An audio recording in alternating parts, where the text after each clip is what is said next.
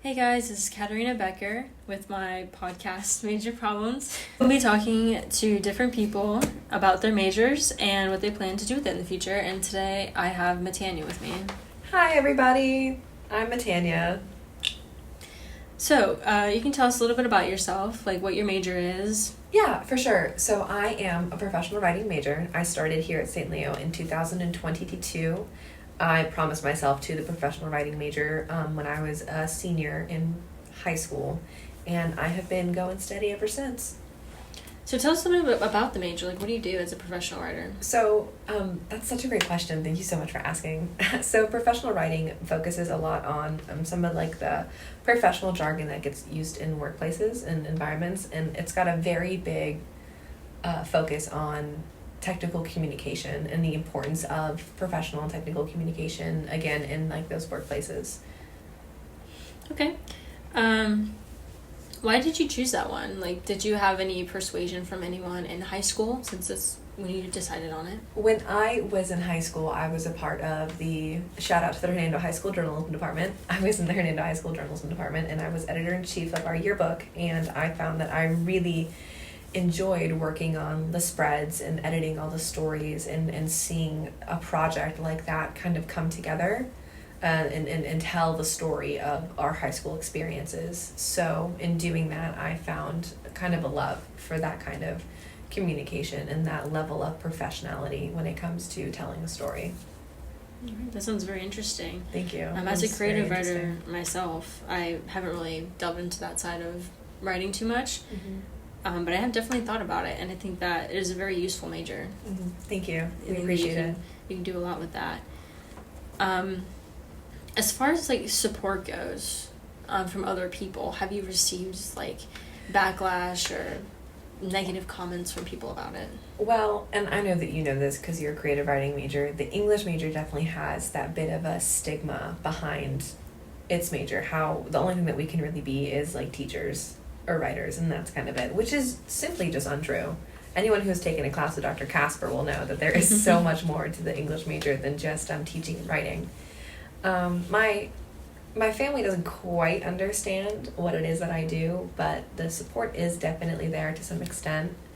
But as far as, I don't want to say I've received backlash, but I will say I always have to grit my teeth and like battle down the urge to like tear out my hair whenever I tell people that I'm an English major, and their first question is always, what can you do with that? What can you actually do with an English major other than, like I said, teach and write? And there's so much you can do with a professional writing or even a creative writing degree. I think it really slips through the cracks of people's minds that communication is something that is important to every single job industry, like ever. And it's a very wide, it's a very versatile degree. And it's a bit frustrating that people don't quite understand that. Yeah, I definitely resonate with that. The main question I get when people ask me what my major is and I tell them is, oh, are you going to be a teacher or a writer? Mm-hmm. And those are the only two options that they feel I have, which I disagree with. I will say, though, when I was straight out of high school and I had picked my degree, I really didn't think of any other options either. Like, I didn't really know there was such a range for employment after college. What are some jobs that you were interested in after you graduate? So glad you asked. So I've already held a couple of jobs, mostly focusing in customer service. I was a bridal consultant, I was a waitress, I worked in the entertainment industry. But the job that I'm looking forward to the most of exploring is publishing. I've always had, like I said earlier, a really deep resonation with telling a story in such a professional like aptitude that I'm really looking forward to exploring the world of like book publishing, magazine publishing, anything. That's really what I'd like to like put my degree to use. Yeah, publishing is definitely a good option. I've looked into it myself. I would like to look into it a bit more, specifically like the editing side of things. Definitely sounds interesting. Are there any other majors that you've maybe thought about doing that you didn't pursue?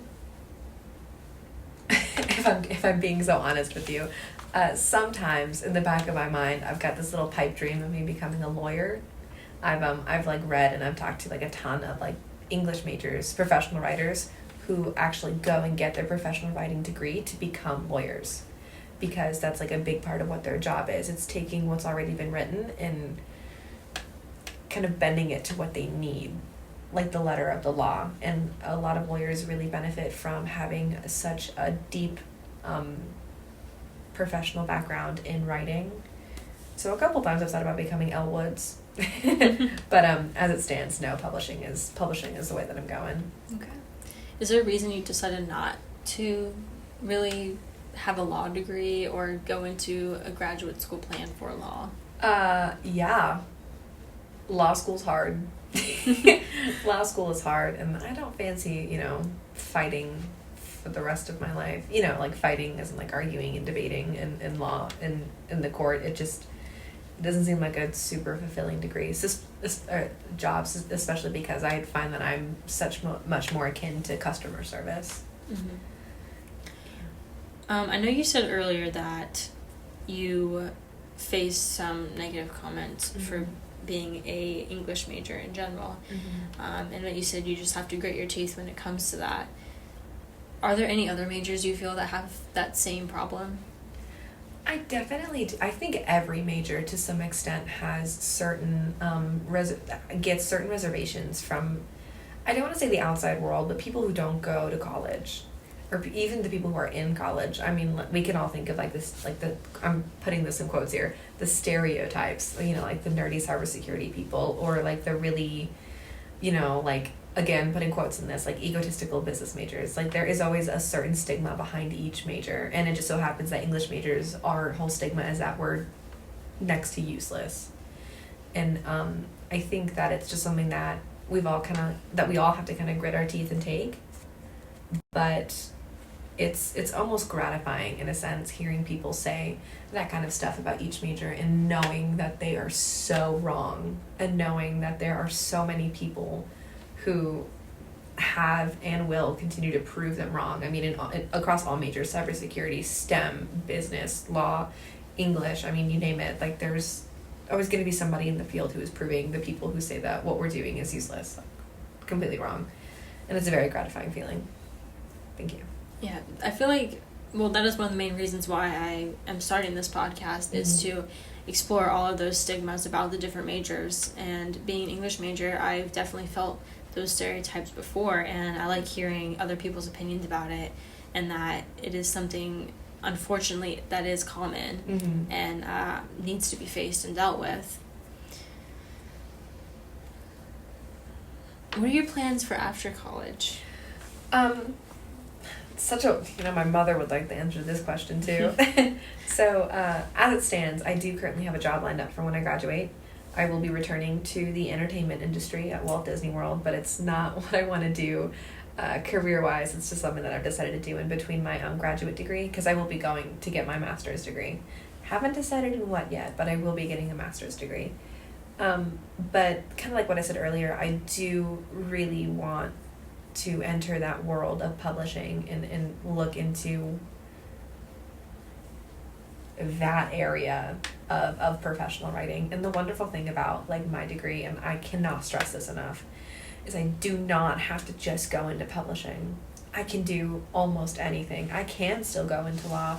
I can work in any communications department for any industry, anywhere. I can work for any journalism department in any industry and anywhere.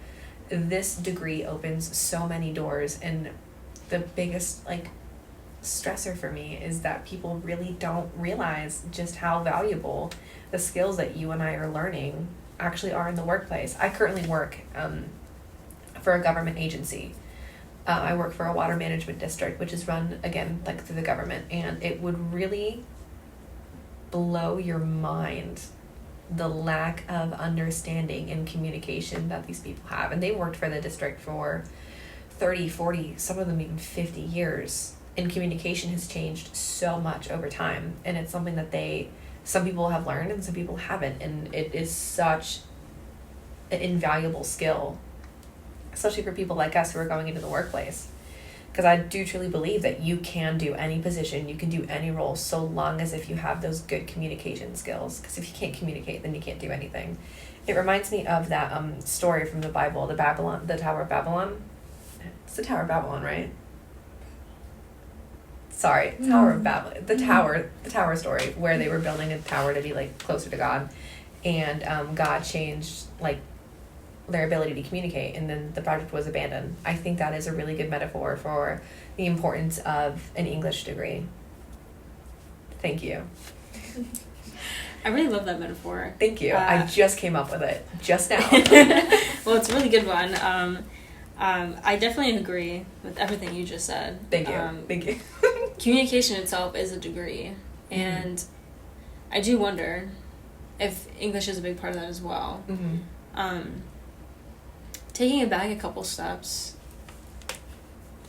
well, how would you, I guess, promote the English major to incoming college students? Is it something that you would like to promote to them? Like students who are coming in and they're curious about English, or people who are just coming into college and they don't know what they're doing at all? I gotta know my audience.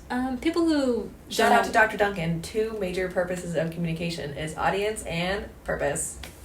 Anyways, continue. Sorry, I've made you think. So incoming college students who have an interest in English, I think for them I would stress the invaluable skills that this degree will give them, so long as they do it right. I can't tell you how many students I see in class who are just going through the motions, turning in the work, and not learning anything. Those are the English majors who are respectfully going to end up only being teachers or only being writers because they didn't learn anything. They just went through the motions and passed the classes, and that's all that they have is this piece of paper with no skills.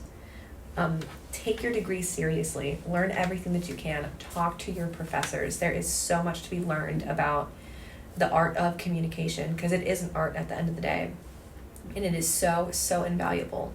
Now, if I was approaching incoming students who have no idea what the English major even like entails, other than like J.K. Rowling and like Suzanne Collins, then I would stress the different